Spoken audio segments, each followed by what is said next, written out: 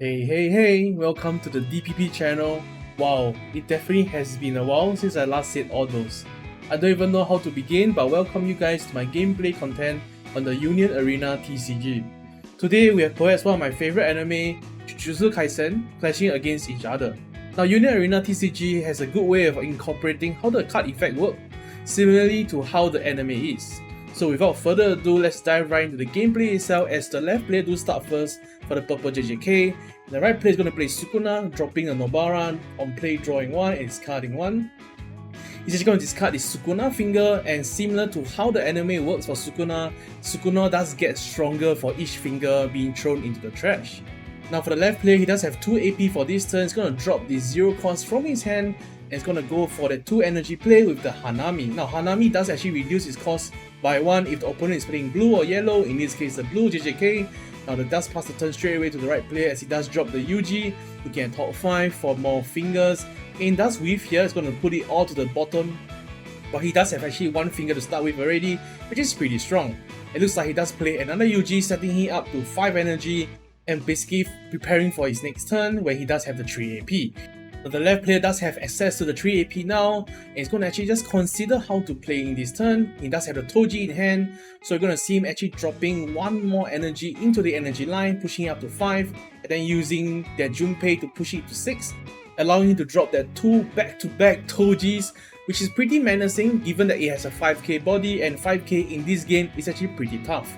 Now we do have 3 AP for the right player here, and he can basically counter-attack if he does have the cards. So he's going to use one of the AP first to go for the Sukuna finger, allowing him to rest one of the UG, and then basically just drawing 1, cycling through the deck, and just resetting the AP basically as though nothing happened. He's going to have at the 3rd finger here, man. Now we do have only 4 fingers in the deck, but he has actually seen all 3 already. Will he see the 4th one pretty soon? He's actually going to go for the red here, which is basically evolving in Digimon mechanics, evolving on top of the UG, using its effect to actually rest the Toji, making sure that the next time he does restand, it doesn't.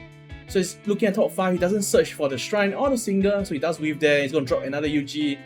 And it looks like he does have 1 last AP, he's going to go for the Sukuna from the ST, which is basically allow him to evolve, draw 2, discarding 1. This does allow him to dig deeper into the deck, allowing him to draw more into his pieces, especially the finger and the shrine. Now with 2 fingers, it does become a 5k impact 1. This does prevent the Toji from blocking, but we do hit into the active trigger here, basically nullifying the Sukuna's stun effect, allowing the Toji to swing in this current turn. Now how will the left player actually play out this turn? He's going to go for the AP draw 1, which is a very welcome mechanic in the Union Arena TCG. He's going to drop the Todo, pushing him to 6 energy, and then going to go for the red on one of the Todos. Todo does allow him to clap one of the energy line and the front line, clapping the UG to the front, making sure that it disrupts the energy line for the opponent. It does actually swing for 6k double damage this turn, pushing him down to 5 life already. Toji will swing again, does hit into the active trigger, making one of Sukuna becoming a 7k blocker, so it's going to actually prevent the Toji from swinging, and we do pass the turn over to Sukuna. Now Sukuna does have 3 AP but do only have 3 energy this turn, does go for the AP draw 1. Let's go for the Professor, allowing him to become a 2 energy generator, making him 4 energy. This allows him to play to the Shrine, which does have 5 energy now currently. Going to go for the final, basically allowing him to stand 2 APs, allowing him to do 2 more actions this turn. It's going to actually just hard drop one of the Sukunas, and Sukuna can benefit from the Shrine either way, so there's no harm in doing that. And it's going to actually go for the UG hard drop as well, not going for the red, but basically just setting up more bodies into the field. Now the Shrine does allow him to gain the benefits of Snipe, and Snipe is a very strong mechanic in the game because your opponent can't really do anything, but the strongest mechanic is of course the special trigger here, which allows you to just destroy one of your opponent card basically for free. And let's just say every Union Arena deck does have the 4 special triggers. Now we do go for the AP draw 1 in this turn, and we're going to push up the Todo, putting up just bodies. Vanilla bodies, I would say, not doing too well for the left player because there's not much shenanigans going on. The left player does go for the double damage Todo, forcing a Sukuna to block because he doesn't want to receive too much damage. And given that he does have 2 4k bodies, he can actually go through with the Todo attack, but that's swinging the Toji, pushing him down to 3 life already. Now how will the right player actually react this turn? Given that he still does have only 3 energy, and it's going to just go for the AP draw 1. It looks like he does seem to hit to the UG that does give double energy. Now he does have 5 energy and a UG behind. He might possibly just raid into the UG, into the Sukuna, And Sukuna does benefit from the shrine, of course, and if he does hit into the 4th finger here, this will be a devastating turn. He does draw 2, and it looks like he doesn't actually hit into the fingers because it's going to discard 1. It's going to discard one of the UG raid there. And it's going to go for the attack now, giving the Sukuna the buff. Does hit into the Toji, removing the last Toji here. And thanks to the impact 1, he does receive 1 damage. Does hit into the final trigger here, which doesn't really do anything until it's the last card in the life. It's going to see the UG being blocked here, and the UG is just going to be swinging for 3k here, which is definitely a very easy block for the left player. Now how will the left player be reacting to the shrine? And of course Sukuna is just going for the AP draw 1. It looks like just going to push up bodies here, push out the Todo and the Junpei. Nothing fancy going here. It's going to just drop Mahito and the Todo into the energy line, preparing for the next turn. Now the Todo is going to swing for double damage. It's going to instantly be blocked by the UG, and we're just going to see him pass turn here. And what's a DPP video without a misplay? And this is unfortunate because he can actually just push 1 more damage this turn, and we do see the right player actually going for the Maki, showing the last 4th finger, and we do see double special coming out from him, removing completely every hope possible. Now we do see the shrine giving the Sukuna buff, giving him the 4th finger buff, which allows him to become an impact 2 snipe, which basically just deal 2 damage while removing one of your opponent card. We do see into the active trigger as well as the draw trigger. However, this isn't enough for the UG to swing over the Junpei. We do see into another active trigger though. However, the misplay from the previous turn could actually have concluded this match if we just push out all 3 energy line and go for the swing. However, it is what it is.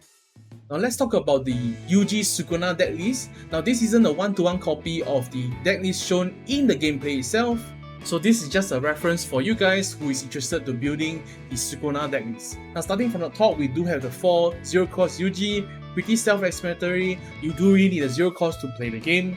Next we are playing the 4 top 5 searches for the Sukuna finger. As mentioned before, Sukuna does need the fingers to actually become stronger, and of course you need the searches to make it more consistent. Next will be the UG raid. Now this UG raid isn't particularly popular, but however it's actually a good removal for the game, so we definitely would recommend you guys to try this out. Next we actually play the 4 0 cost vanilla. Now it does have a very strong trigger, which is draw 1, but aside from that, it does allow you to actually go for the aggro play in the early game. Next we do play Nobara. Now Nobara is just basically just a draw 1, discard 1. As mentioned, drawing is always very strong in this game. It does have a very decent trigger as well, which is draw 1. Next we do play the 5 cost Sukuna. Now this 5 cost Sukuna does allow you to rest one of your opponent's front line, allowing you to actually go for the aggro play, and of course searching for their finger as well as a shrine. Now shrine is definitely the MVP of this Sukuna deck. Next we are actually playing the 2 cost Maki. Now Maki is just another cycler, which is a very decent 2 cost energy card. So like I mentioned, cycling is always good. Next we are going to see the 2 shrines. Now the shrines allow you to have your Sukuna to be a beast of a card. Now if there's 2 fingers, you can actually gain double damage, 3 fingers will gain snipe, and 4 fingers will be impact +1. So pairing up with the ST Sukuna, you can actually have the snipe impact 2, allowing you to actually kill off your opponent's front line and dealing 2 damage. Next will be the special triggers. Nothing too much to share about here. Every Union Arena deck will actually play 4 special triggers because it's basically the best trigger to be in the game. Next we do actually play 4 Sukuna fingers. Pretty self-explanatory here, just fingers. The core cards, or rather the core mechanic of the whole deck, 4 final triggers. Now 4 final triggers allow you to expand your plays in a one single turn, because if you guys haven't already noticed, you do only have 3 AP in a single turn. Now with the final trigger, it allows you to play to 4 or 5 if you do have them, and sometimes the combo decks do really require this kind of final plays. Next we do have the 4 UGs, basically just for the double energy generator, and it does have a very decent skill, giving you to be a 4k beat stick in your opponent's turn, allowing you to block some decent attacks.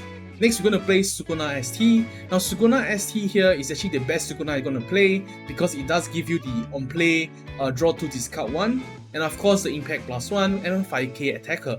Combining this with the shrine, you're going to guarantee a very strong card. Next, for the last 6 cards in this deck, we do have the cards from the new file set. Now the new UG is basically a double energy generator if you do have a finger in your drop zone, so a very decent card to have in the energy line. And let's not forget there is a UG contributing to that 16 UG counts for you to actually raid over them. Next we do have the new Sukuna. Now this new Sukuna is definitely very welcome because firstly it does have the rush, it has double block, and it also reduces opponent's BP and preventing your opponent from blocking their attacks. So thank you guys for watching till the end, and do consider subscribing, dropping a like and a comment if you guys do enjoy the video.